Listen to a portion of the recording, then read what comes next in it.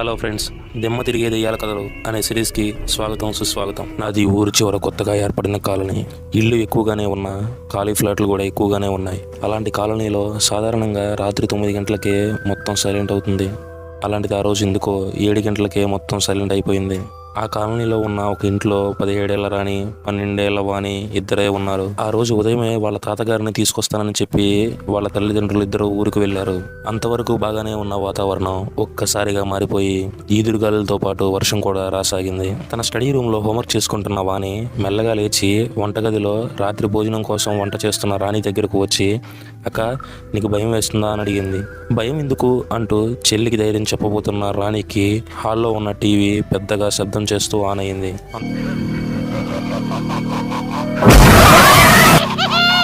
అంతవరకు ధైర్యంగా ఉన్న రాణి కూడా ఒక్కసారిగా భయంతో వణికిపోయింది. ఇంటి తలుపులన్నీ మూసే ఉన్నాయి. అయితే టీవీ ఎవరు ఆన్ చేసి ఉంటారా అని మెల్లగా భయపడుతూనే హాల్లోకి తొంగి చూస్తున్నారు అక్క చెల్లెలిద్దరు. అక్కడ టీవీలో ఏదో హర్రర్ సీరియల్ వస్తుంది. అయితే టీవీ ఎదురుగా ఉన్న సోఫాలో ఎవరో కూర్చున్నట్టుగా అనిపిస్తుంది.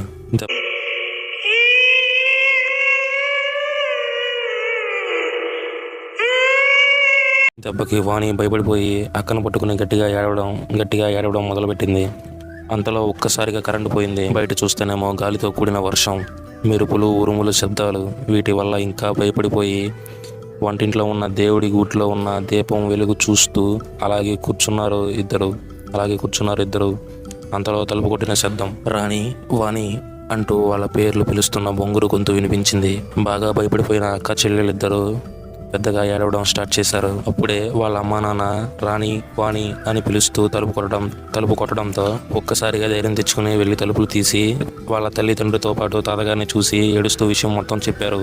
అప్పుడు తండ్రి ఎమర్జెన్సీ లైట్ ఆన్ చేసి చూడగా సోఫాలో ఉదయం ఆరబెట్టిన బట్టల కుప్ప కనిపించింది. అది చూసి కాస్త ధైర్యం తెచ్చుకుని మరి టీవీ ఎలా ఆన్ అయింది అని చూడగా అమ్మ టీవీ చూస్తూ ఫోన్ రాగానే మెయిన్ స్విచ్ ఆఫ్ చేయకుండా రిమోట్తో ఆఫ్ చేసింది.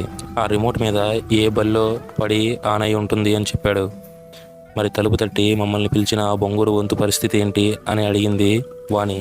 ఆ బొంగూరు గొంతు నాదే తల్లి అంటూ తాతగారు చెప్పారు. అది విని హాయిగా ఊపిరి పీల్చుకున్నారు అక్క చెల్లెళ్ళిద్దరు. మీకు ఈ స్టోరీ నచ్చినట్లయితే ఒక లైక్ చేసి షేర్ చేయండి. నేను తర్వాత పెట్టబోయే స్టోరీస్ని మీరు మిస్ అవ్వకుండా చూడాలంటే మన ఛానల్ని సబ్స్క్రైబ్ చేసుకుని పక్కనున్న బెల్ ఐకాన్ని యాక్టివేట్ చేసుకోండి. దానివల్ల నేను వీడియో పెట్టిన వెంటనే మీకు నోటిఫికేషన్ వస్తుంది.